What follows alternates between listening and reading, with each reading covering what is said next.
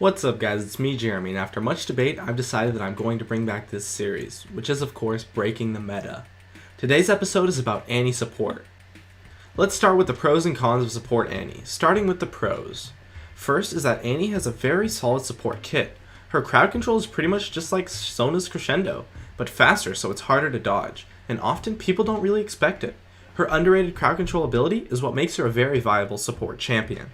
Also, she can actually do quite a bit of damage with the right runes and masteries. Having a support that can 1v1 people and make plays by themselves and simply just create another threat on your team can make kiting very easy, since you can kind of just stay away from your AD carry and flash away when they jump on you and get them to focus you down instead. Having that extra threat makes your teamfights incredibly strong.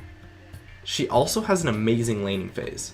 Annie's CC makes her pressure in lane equal to that of a Taric, but your damage is more than any other support. She actually has a ton of very solid matchups and can perform very well with pretty much all AD carries.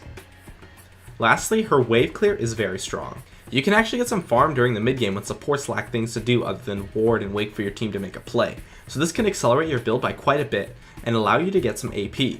Just make sure that you aren't taking farm directly from your team though. Now onto the cons. First, Annie is extremely squishy. You can get caught out and die very easily because of this, and solid positioning is a must.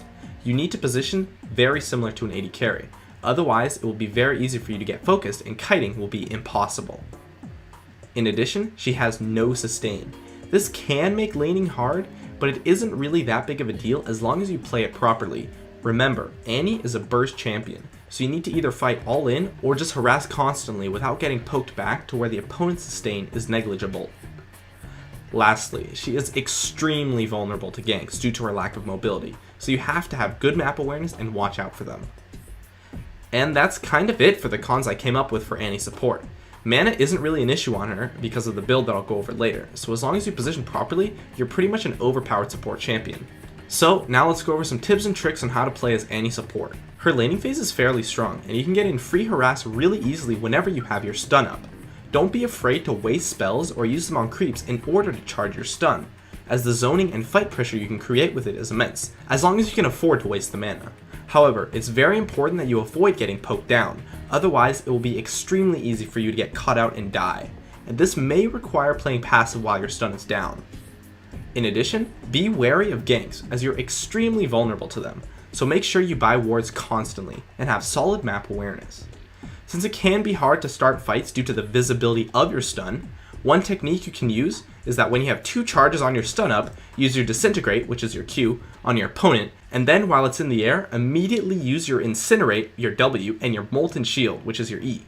This will cause your Disintegrate to stun your opponent, despite the fact that you did not have your stun up when casting that Disintegrate.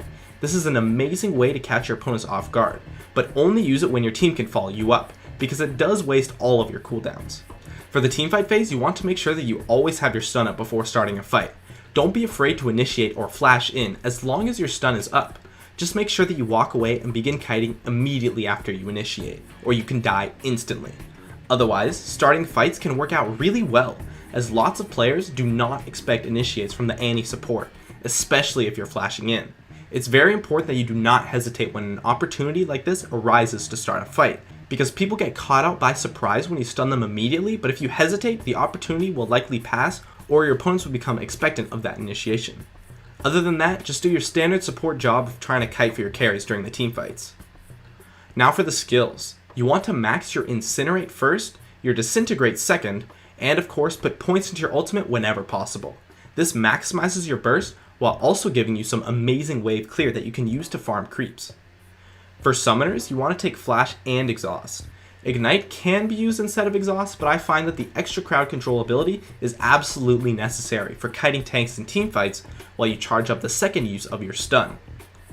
For masteries, I take a 9-0-21 setup with Magic Penetration in offense. 21 in utility is of course standard on range supports now, but this Magic Penetration has amazing synergy with the rest of my build. For runes, I take Magic Resistance blues, Armor yellows, Gold Pretend quints, and Magic Penetration reds. And everything else is really just standard support runes. You can take 5 mana regen yellows if you want, but they aren't really that necessary, and you do sacrifice crucial armor. For the item build, I start with a Fairy Charm that allows you to avoid all of your mana issues, 2 green wards, 1 pink ward, and 2 potions. I build Kage's Lucky Pick and then Philosopher's Stone. After that I'll build my Sightstone and level 1 boots. Now here is where this build gets interesting. You should be trying to get a little bit of farm, around 30 CS or so in the mid game, as well as selling your GP10s to support the following build, which is a Haunting Guise, Sorcerer's Shoes, and a Void Staff.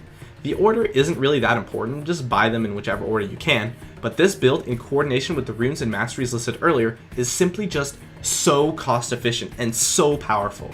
With this setup, you can easily 1v1 the enemy AD carry if they aren't super fed and you manage to hit all of your abilities. It's really just awesome. You become almost another AP carry for your team once this build is complete.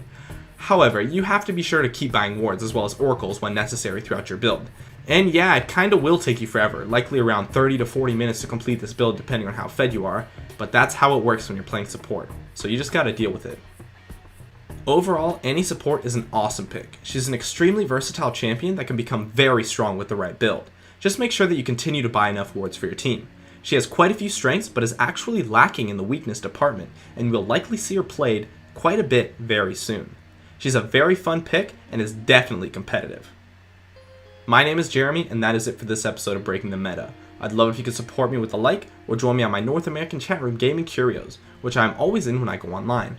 Please subscribe for more awesome content in the future if you enjoyed this video, and I'd love it if you could follow me on Facebook or Twitter, of which I will have links in the description. As always, thanks for watching, and I'll see you guys next time.